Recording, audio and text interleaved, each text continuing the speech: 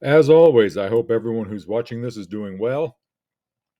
This is the third little video I'm making to try to connect elements of Green's work with the assignment that you guys are supposed to be working on.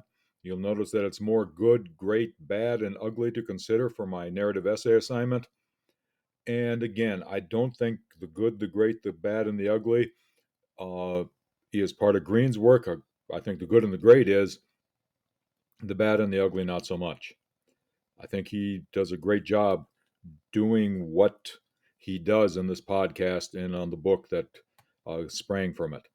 However, I do think that there are things that he does that might not work because our essay is shorter than his work, and it might not work because in a podcast he can do things that may not work in an academic setting.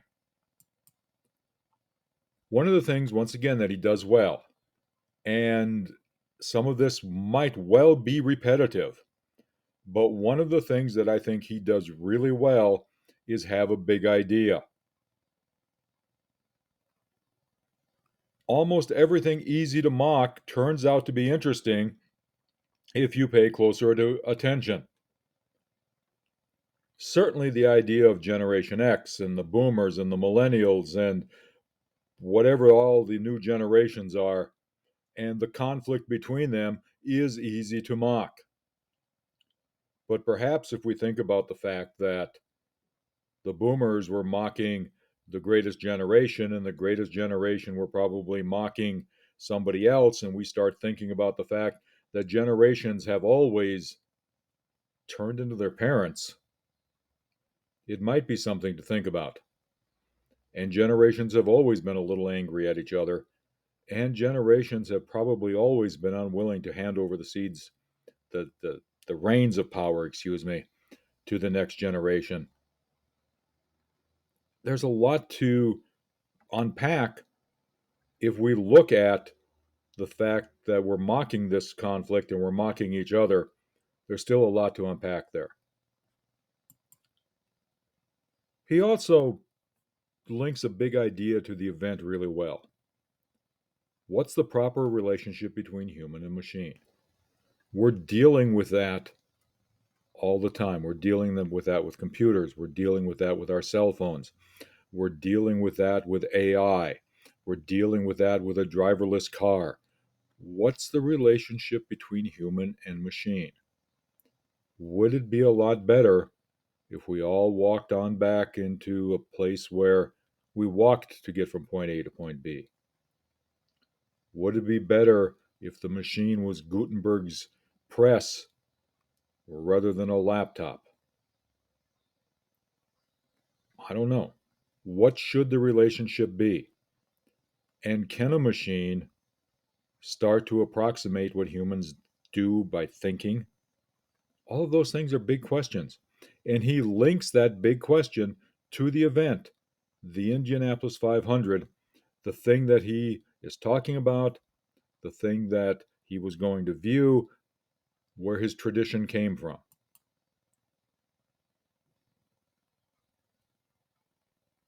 And then he changes gears. This is where I think it's a twofold problem or twofold uh, way of viewing this essay. Number one,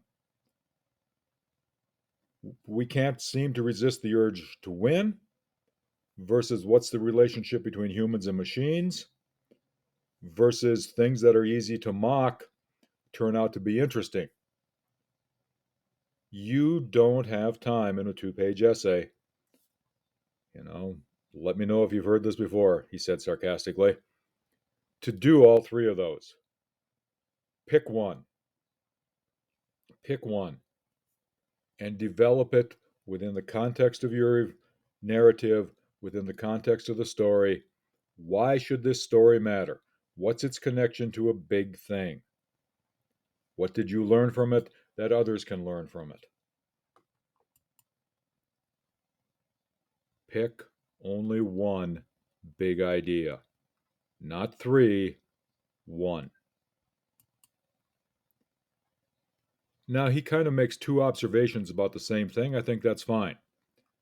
Tradition is a way of being with people, not just the people you're observing the traditions with, but everyone who's ever observed one. And then he talks about the tradition itself, how it's ongoing. I think that those are two different observations about the big idea. If you can tie them to your narrative, great.